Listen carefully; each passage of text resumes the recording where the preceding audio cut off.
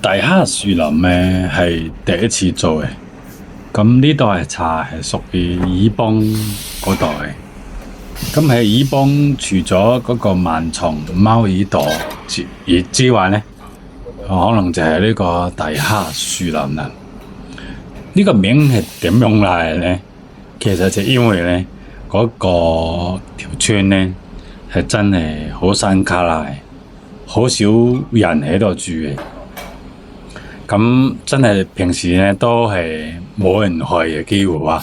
咁睇上嚟咧就好似一片係大樹林，黑掹掹咁樣嘅，所以咧坊間咧就叫佢做大蝦樹林，就係咁解啦。呢度嘅生態係非常原始嘅，90%以上嘅係原始森林嘅。咁你要行入好深嘅原始森林之中咧，先可以揾到少少嘅茶。所以咁樣嘅環境之下咧，做出嚟嘅茶其實咧好難咧唔好飲嘅。所以大蝦森林呢幾年就貴咗好多。品古樹茶，玩中六號。